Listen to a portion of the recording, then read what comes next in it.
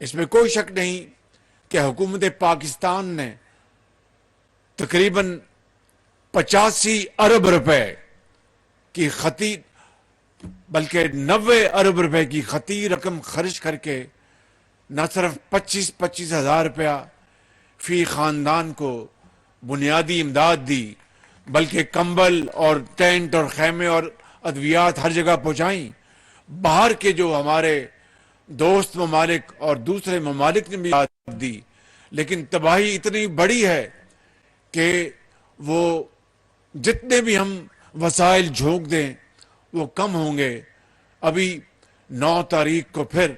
Donors conference ہے Geneva میں، وہاں پر ہم پاکستان کا کیس پیش کریں گے اور دنیا کو بتائیں گے کہ یہ تباہی جو ہمارے مقدر میں آئی یہ ہماری وجہ سے نہیں ہوئی۔ جو ایک پاکستان کا جو کاربن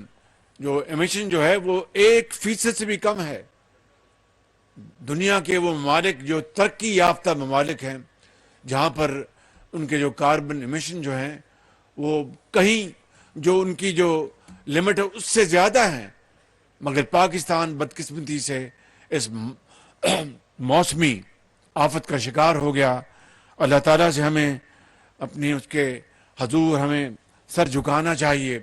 اور اسے دعا مانگنی چاہیے کہ وہ ہمیں اس مشکل سے، اس مصیبت سے جلد نکال دے۔ میں آپ کو یقین دلاتا ہوں کہ میں اپنی مخلوط حکومت کے ساتھ مل کر اور صوبوں کے ساتھ مل کر انشاءاللہ جب تک آپ لوگ جو اس سیلاب سے